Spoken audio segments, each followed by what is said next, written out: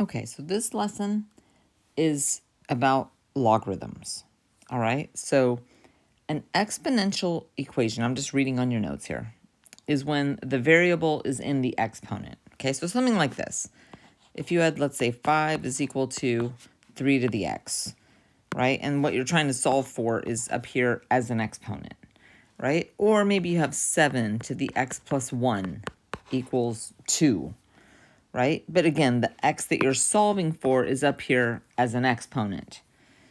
All right, maybe it's something like this. 6 is equal to 8 to the x. All right, again, where the variable, the unknown thing, is up there in the exponent.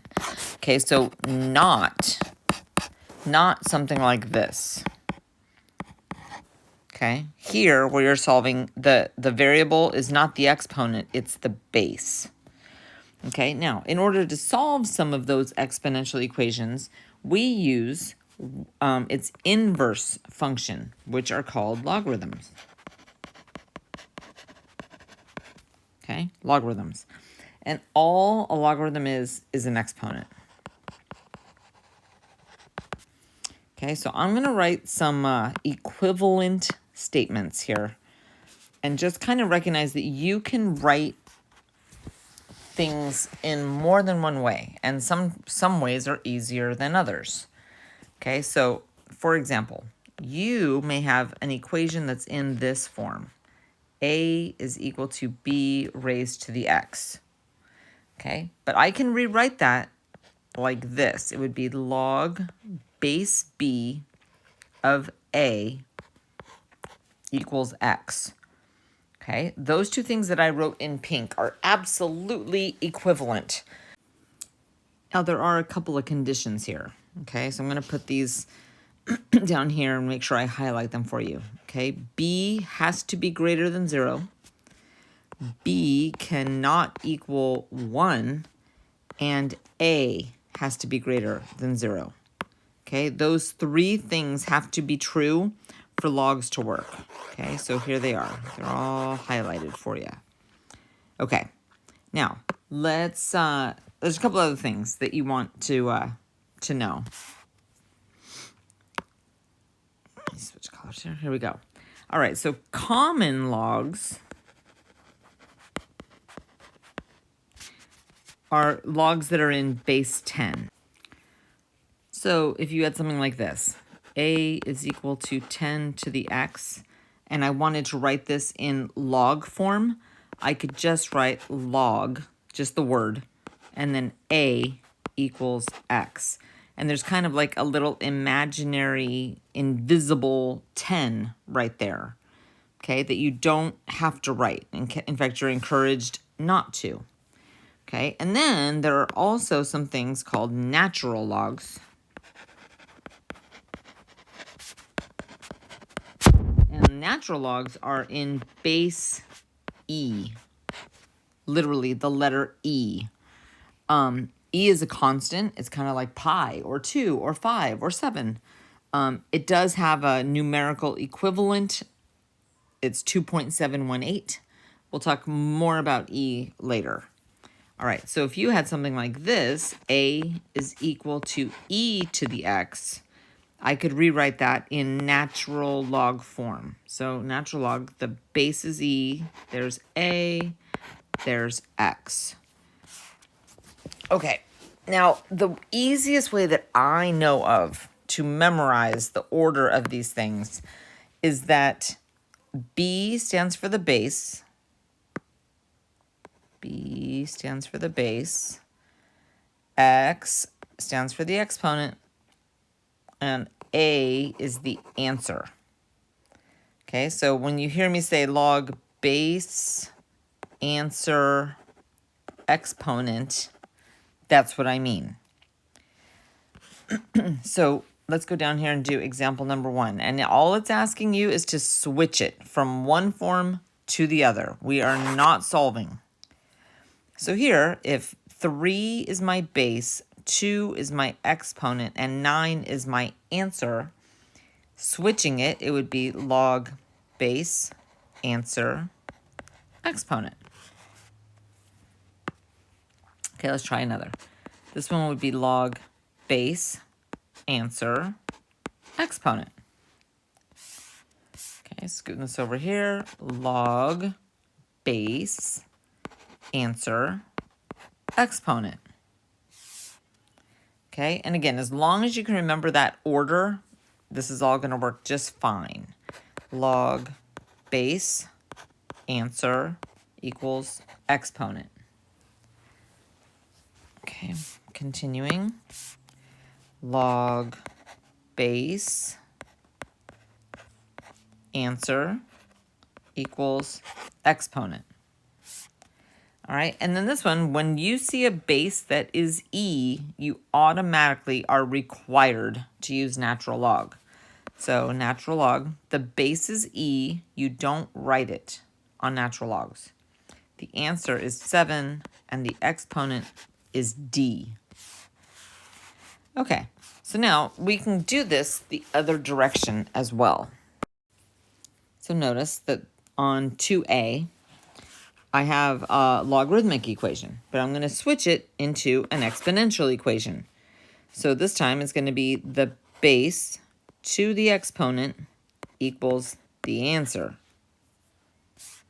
Okay, on B, the base to the exponent is the answer. Okay, for C, the base, and I know you can't see it, but it's there, excuse me, raised to the exponent is the answer. Okay, continuing with this pattern. The base here is e, the exponent is x, and the answer is 5. Okay, now I really want you to look at C and D that we just did.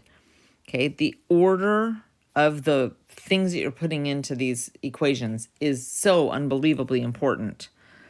Okay, on E, the base here that you can't see is e. This is the exponent, and then this e is the answer. And notice how that makes sense. E to the first is equal to e. All right, so then this one, this is the base. This is the exponent, and it equals this answer. Okay, moving on. All right, now the first thing I want you to notice on example 3 is that our directions have changed. Okay, so it doesn't say like simplify or write it in a different form. It says evaluate. Okay, that's a different thing. That means that there's going to be an actual number for an answer. Okay, so what this is saying in English is 3 to what power equals 27? That's what that question's asking. All right, and I think you can all agree that 3 to the third is equal to 27. So the answer to this log problem, when you evaluate it, is 3. Okay, now you may want to try some of these, okay, before I do them. So like for B, I'm going to switch colors for you. This is saying 9 to what power is 81? Well, 9 squared is 81. And then for part C, it's saying, hey, 5 to what power is 125? Well, that's 3. For D, it's saying 3 to what power is 9? That's 2. Okay, on E, just remember, it's a common log. There's a base 10 there that you just can't see. So it's saying 10 to what power is 100? That would be 2. For F, this is saying 2 to what power is 32? And you may not know, and you may have to actually go off in the margin and multiply that all out, but it's 5. Okay, don't let these ones, they look really easy, and actually they kind of are. 3 to what power equals 3? Well, that's 1. For H, this is saying 5 to what power equals 1? That's 0. Okay, so just be really careful. 0 as an exponent is really kind of cool. Okay, this is saying E, again, that you can't see, to what power equals this E, and that's a 1. All right, and then for J, it's saying E, this one that you can't see, to what power equals 1, and that's 0. Okay, so continuing on, a logarithmic equation is an equation that has a variable in the log expression. Okay, so take a look at these 9 problems that are at the bottom of this page, for example, 4, and see if you can figure out, before I do it, which ones of these are logarithmic equations. Okay, that means there has to be a letter in the log expression. Okay, so pause the video, see what you can get. I'm going to pause and show you what they are. So these 7 that I highlighted are considered to be logarithmic equations. Okay, and again, the reason is that the variable, the letter, the x, is on the same side as the word log. Okay, now you can read those directions. It's saying to solve them. Some of them you may have to do a little bit of work, and others maybe not so much. But we're going to solve all 9. Okay, here we go. So for A, I kind of like to think of this x as being trapped underneath this log, right? I can't solve it the way it sits, but I can rewrite this in a different form, right? 4 to the third equals x is equivalent. We just practiced that, and 4 to the third is 64. So there you go.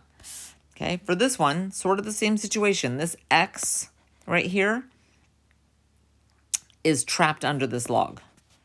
But if I write this in an equivalent form, now I can solve.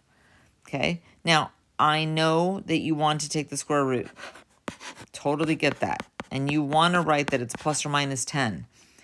But earlier in the notes, we said that this base number had to be greater than 0 and not 1. So this doesn't work. It can only be 10. Okay, for C, I'm going to rewrite this in an equivalent form. 7 squared equals x. So 49 is equal to x. Okay, over here, 2 to the x is going to equal 8, which is 3. Here, 6 squared is going to equal x, or 36. On F, x to the 8th equals 256. I'm hoping that with a little bit of trial and error, you would be able to figure out that that is 2. For G, x squared is going to equal 4, which means that x is going to be 2. I'm not going to even write the square root of it because I think you can do that one in your head. Here, x squared is 81, so x is 9.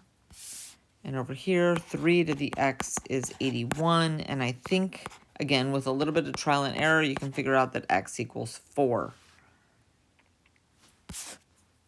Okay, let's keep going. Okay, really quick, I'm going to do a real fast review of both fractional and negative exponents. So this one is both. Okay, so the first thing I'm going to do is I'm going to make it positive by moving the base to a new location. And then, hopefully you remember that when you have a fractional exponent, the top number is the power, and the bottom number is the root. So this simplifies to be 1/5. On this next one, this is just going to move into the denominator. So we end up with 1/3 squared, or 1/9. And then 27 to the negative 1/3. First thing I'm going to do is make it positive by moving it into the denominator. And then I'm going to have 27 to the first power, but the cube root of that, and that is 1/3. Okay, so now see if you can figure out, again, on example 5, I bet you can do these in your head with a little bit of thought.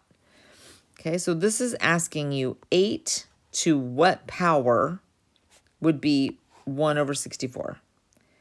So you can kind of see I'm going to have a negative exponent, right? Because this is actually 8 squared, but in the denominator. So that would equal -2. Okay, so for B, this is saying, hey, 4 raised to some power is going to equal 1/16. And again, I think you know that 16 is 4 squared, but it's not on the numerator, right? It's in the denominator, so it's going to have to be a -2. And then likewise on the last one, this is saying 3 to some power is going to equal 1/81. And I know that 81 is actually 3 to the 4th. But the only way to get it into the denominator is if that exponent is negative. Okay. So then if you take a look at something like this one, or these down below actually, and it says if the logarithm is not easy to determine, the expression can be set equal to x and changed to an exponential equation to solve. Okay, so check this out. I'm going to set this equal to x. And then I'm going to rewrite it in exponential form. So this is actually equal to 4 to the x equals 4 to the 1/3. So then x is 1/3. Okay, let's try this one. If I set this equal to x, this imaginary little base that I can't see is a 10. So this means that 10 to the x is equal to 10 to the 1/3. So x equals 1/3. Let's try this one. I'm going to set this equal to x. So then if this is the base, this is the answer, and this is the exponent, I can rewrite this as 6 to the x is equal to 6 to the 1/2, right? The answer here, 6 to the 1/2, which means that x equals 1/2. Okay, now these down here with the natural logs, same thing. I'm going to set this equal to x, and there is a base, even if you can't see it. So this is saying e to the x is equal to e to the 5th. So, x is 5. If I set this equal to x, and I rewrite this in exponential form, e to the x is equal to e to the 1/2.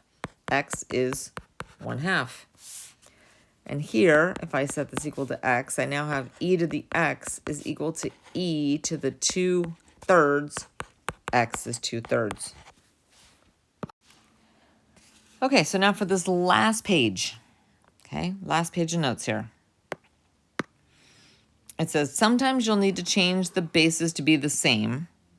And then we're going to use what's called the 1-to-1 rule. This will make a lot more sense when you see it.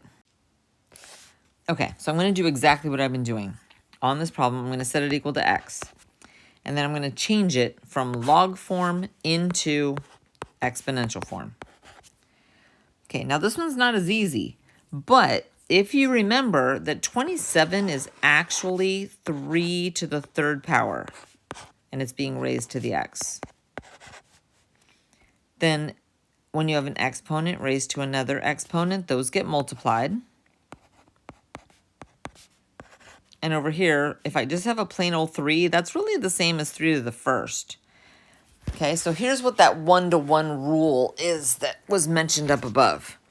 If the bases are equal and there is an equal sign in between them, then that automatically means that the exponents have to be equal to. So that means that x is 1/3. Okay, so these are all going to get solved that same way. We're going to set it equal to x. We're going to write this in out of log form into exponential form. And then we're going to see if we can write these as the same base. I can write 8 as 2 to the 3rd, and I can write 4 as 2 squared. Now again, when the bases are equal, with an equal sign in between, then the exponents are equal. 3x equals 2, x equals 2/3. Okay. If I were you, I would pause. See if you can do this one on your own. So I get 9 to the x is equal to 27. In other words, 3 to the 2x equals 3 to the 3rd. I'm just changing them to be the same base. because then I can just set the exponents equal to each other and get 3/2. Okay, continuing. 4 to the x equals 8. Changing those to be the same base, I get this. And then I can set those exponents equal to each other.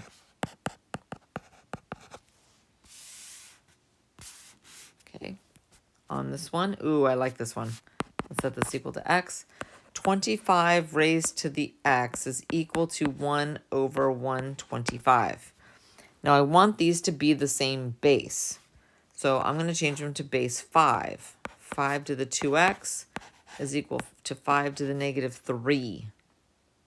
Okay, now again, that may take a little thought. It may also take you coming in and asking me about it before school or at lunch. 2x is going to equal negative 3. X is going to equal negative 3/2. Set that equal to x. 8 to the x equals 4. Or 2 to the 3x equals 2 squared. Set those exponents equal to each other. X is 2/3. All right, let's try h. 27 to the x is equal to 1 over 81. Rewriting those with a common base, it's going to be 3 to the 3x equals 3 to the negative 4. And then I can set the exponents equal to each other.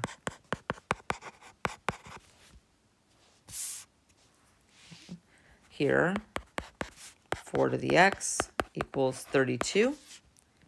The base I'm going to use here is a 2. 2 to the 2x equals 2 to the 5th. That means that 2x equals 5 and x equals 5/2. And I think I'm down to my last 3. Here we go. So 16 to the x is equal to 4 to the 1/3. Ooh, I don't even have to change them both. I'm only going to change this one. I can use base 4. So 4 to the 2x is equal to 4 to the 1/3. If 2x equals 1/3 and I divide both sides by 2, that means that x is 1/6. Okay, here we go. So I'm going to have 5 to the x is equal to 25 to the 1/3. I'm going to change this one and only this one. I can write that as 5 to the 2/3, which means that x is 2/3. And lastly, 2 to the x is going to equal 2 to the 1/5, so x is 1/5. All right, apologies for the second long video, but that way we can practice in class.